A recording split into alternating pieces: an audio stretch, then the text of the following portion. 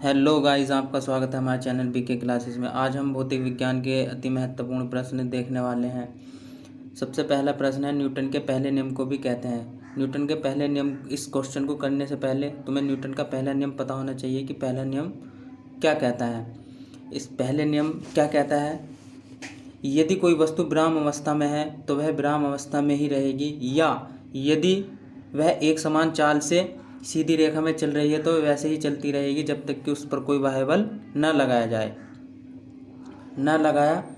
जाए तो उसकी वर्तमान अवस्था में परिवर्तन न किया जाए। यही क्या होता है, न्यूटन का पहला नियम होता है। और इसको ही गैलीलियो का नियम कहते हैं और जड़त्व का नियम कहते हैं, और बल की परिभाषा भी इसी नियम से आती है। तो इसका जो करेक्ट आंसर होगा वो होगा जड़त्व का नियम। ठीक है, नहीं, इसे जड़त्व का नियम भी कहते हैं। नेक्स्ट सवाल, गाड़ी खींचता हुआ घोड़ा किस बल के कारण आगे बढ़ता है। गाड़ी द्वारा घोड़े पर आरोपित बल, गलत। घोड़े द्वारा गाड़ी पर आरोपित बल से, वो भी गलत है। घोड़े द्वारा अपने पैर से पृथ्वी पर आरोपित बल से, वो भी गलत है। ऑप्शन नंबर डी सही है, पृथ्वी द्वारा घोड़े के पैरों पर आरोपित बल से। ठीक, नेक्स्ट क्वेश्चन पर चलते हैं हम। चलती हुई बस जब अचानक ब्रेक लगाती है तो उसमें बैठे यात्री आगे की दिशा में गिरते हैं, तो इसको किसके द्वारा समझाया जा सकता है। तो इसको न्यूटन का पहले नियम के द्वारा समझाया जा सकता है, क्योंकि जड़त्व का नियम और गैलीलियो का नियम इसे कहते हैं ना पहले नियम को ही, तो पहले नियम से ही समझाया जा सकता है। तीसरा, रॉकेट किस सिद्धांत पर कार्य करता है। रॉकेट न्यूटन का तृतीय नियम पर कार्य करता है।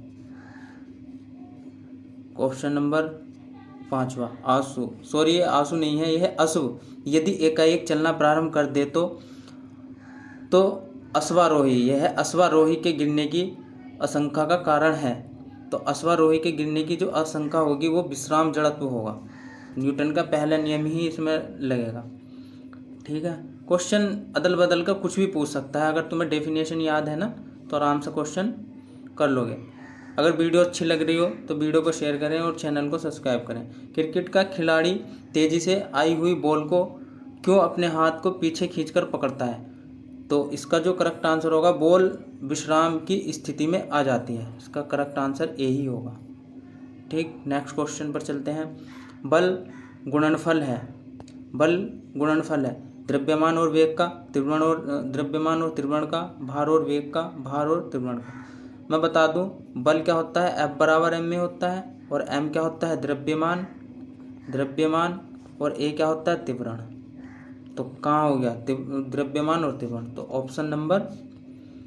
ऑप्शन बी सही है। ठीक है, नेक्स्ट सवाल पर चलते हैं। जब कोई व्यक्ति चंद्रमा पर उतरता है तो उसके शरीर में उपस्थित जो भार है वो घट जाता है तथा मात्रा अपरिवर्तित रहती है। तो बी इसका करेक्ट आंसर है। नेक्स्ट सवाल पर चलते हैं। यदि हम भूमध्य रेखा से, ये सॉरी ध्रुवो है, ध्रुवो नहीं है, ये ध्रुवो है, सॉरी, इसके लिए थोड़ी सी टाइपिंग में दिक्कत हो गई। ध्रुवो की ओर जाते हैं तो जी का मान बढ़ता है। मैं आपको बता दूं, जब भी हम पृथ्वी की सतह से ऊपर या नीचे जाते हैं तो जी का मान हमेशा घटता है। यदि पृथ्वी के ध्रुवों पर हम अगर जाते हैं, ध्रुवों पर जी का मान क्या होता है, महत्तम रहता है, मतलब बढ़ता है। अगर विषुवत रेखा पर जी का मान न्यूनतम रहता है, विषुवत रेखा पर न्यूनतम रहेगा, ध्रुवों पर महत्तम रहेगा। तो इसका जो करेक्ट आंसर होगा वो ए होगा, बढ़ता है। एक बात और बता दूं, पृथ्वी के घूर्णन की गति बढ़ने पर, अगर पृथ्वी के घूर्णन की गति बढ़ गई तो जी का मान कम हो जाता है। अगर पृथ्वी के घूर्णन की गति घट गई तो जी का मान बढ़ जाता है। ये 2 स्टेप और याद रख लेना, बहुत काम की चीज़ है। नेक्स्ट सवाल, शरीर का वजन ध्रुवों पर अधिकतम होता है। अभी बताया मैंने, शरीर का जो वजन होगा वो ध्रुवों पर अधिकतम होगा। बी इसका सही आंसर है। नेक्स्ट सवाल है, व्यक्ति पृथ्वी की सतह की तुलना में चंद्रमा की सतह पर अधिक ऊंचा क्यों उछल सकता है। चंद्रमा में गुरुत्वाकर्षण के कारण त्वरण पृथ्वी की तुलना में कम होता है। इसका जो आंसर है, इसका सी आंसर बिल्कुल करेक्ट आंसर है, इसका सी। इसका जो आंसर है वो क्या है, सी इसका करेक्ट आंसर है। नेक्स्ट सवाल पर चलते हैं। 20 किलोग्राम के वजन को जमीन के ऊपर 1 मीटर की ऊंचाई पर पकड़े रहने के लिए किया गया कार्य। तो इसका जो करेक्ट आंसर होगा, ऊंचाई पकड़े रहने के लिए किया गया कार्य, जो इसका करेक्ट आंसर होगा वो डी होगा, 0 जूल।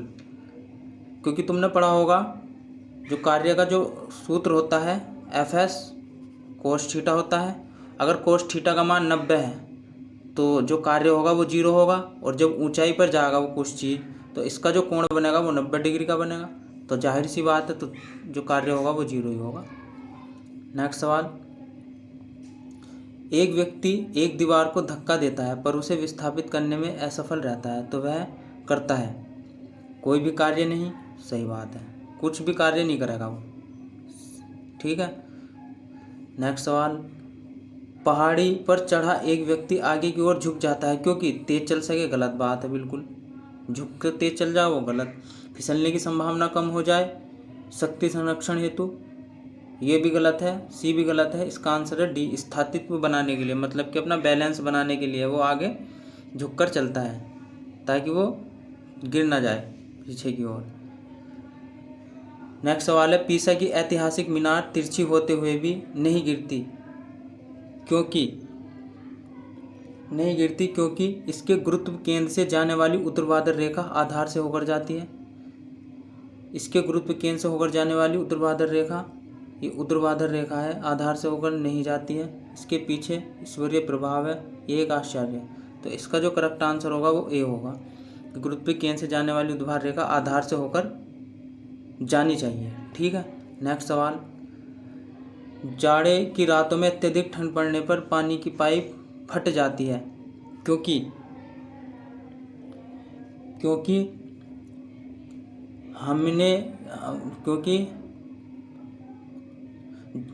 ये जमने के बाद पानी का घनत्व कम हो जाता है।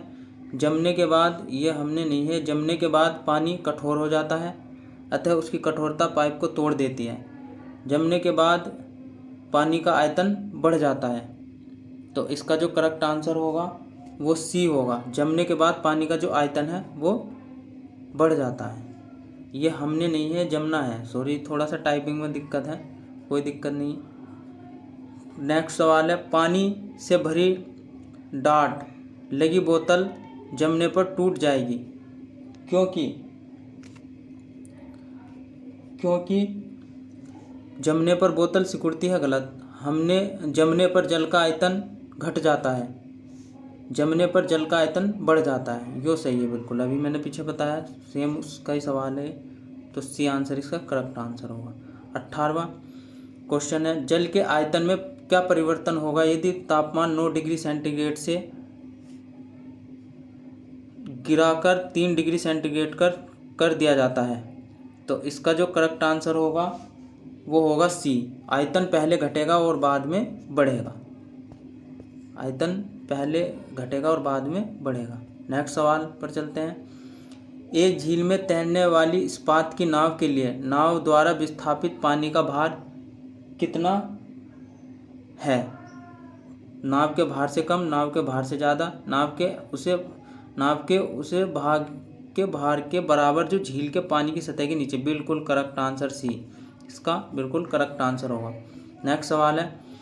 किसी कालीन की सफाई के लिए यदि उसे छड़ी से पीटा जाए तो उसमें कौन सा नियम लागू होता है? गति का पहला नियम, गति का दूसरा नियम, गति का तीसरा नियम, गति के पहले नियम। देखो इसमें जो यूज होगा वो होगा गति का पहला नियम, इसका करेक्ट आंसर है। आज के लिए इतना ही। अगर वीडियो सही लगे तो वीडियो को शेयर करें और चैनल को सब्सक्राइब करें। थैंक यू, धन्यवाद।